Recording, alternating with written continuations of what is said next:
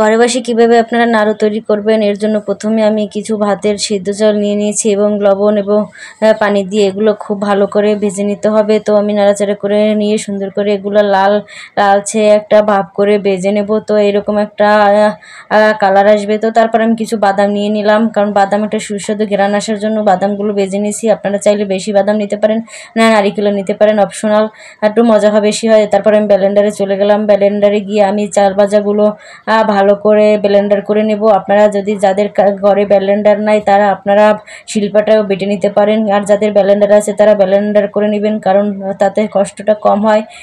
তো এরপর আমি সবগুলো একে একে ব্লেন্ডার করে নিচ্ছি। তো একটা কথা, আপনারা চালগুলো বেশি গুঁড়ো করতে যাবেন না, আবার বেশি আস্তেও রাখবেন না, মাঝামাঝি পর্যায়ে, তাইলে এটা নরম হয়। তো আমি এই দেখাইতে আসি আপনাদের সুন্দর করে আমি সবগুলো ব্লেন্ডার করে নিয়েছি।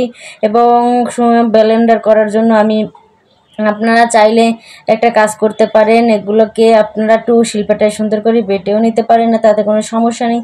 আমি এক এক করে সবগুলো ব্লেন্ডার করে নিয়েছি, তো স্কিপ করে দেখালাম। এই দেখেন আমার ব্লেন্ডার করা চালটা কীরকম আসছে।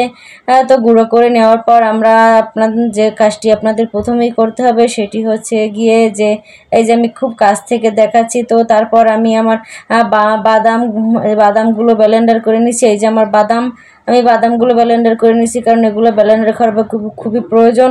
আপনারা চাইলে আস্তেও দিতে পারেন, কোনো সমস্যা নয়। এরপর আমি এখানে কিছু জিরা নিয়ে নিছি, আস্ত জিরা। আস্ত জিরাগুলো আপনারা কি করবেন, একটু হালকা ভেজে নেবেন, কারণ বেশি ভেজে দিতে লাগতে পারে। হালকা ভেজে নেওয়ার পর এগুলোকে আপনারা একটু বেটে নেবেন, গুঁড়োটা দিতে হবে। তো তারপর আমি চলে গেলাম। তার এখানে আমি কিছু চিনি অ্যাড করছি। আপনারা চাইলে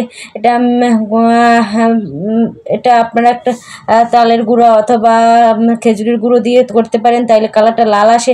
তারপর আমি চিনির ভিতর সেই শুকনো জিরেগুলো দিয়ে দিলাম। শুকনো জিরে গুঁড়ো দেওয়ার পর এবং সবগুলো দেওয়ার পর আমি এর সাথে সেই গুঁড়ো করা চালগুলো দিয়ে দিলাম, সাথে আমি বাদামও দিয়ে দিয়েছি। তারপর কিছুক্ষণ নাড়াচাড়া করতে হবে। নাড়াচাড়া করার পর এই যে একটা দেখেন কালার আসছে। তো এই জায়গায় যেহেতু আমার এই জায়গায় একটু বেশি গুঁড়ো ছিল এবং চিনি কম ছিল, তাই আমি বেশি লাল করি নাই। তো বেশি লাল করলে হয় কি, বেশি লাল করলে আপনার ওইটা শক্ত হয়, আর যদি হালকা একটু করেন তাহলে নরম হয়। তো আমি এগুলো ভালো করে আপনারা একটু নাড়াচাড়া করে নেবেন। তো আমার মাঝখানে চিনি তো হয়েছিল, তাই আমি চিনি তারপর চলে গেলাম বানাতে। এই যে গরম থাকতে এগুলো বানিয়ে নিতে হবে, নয়তো শক্ত হয়ে যাবে, পারবেন না।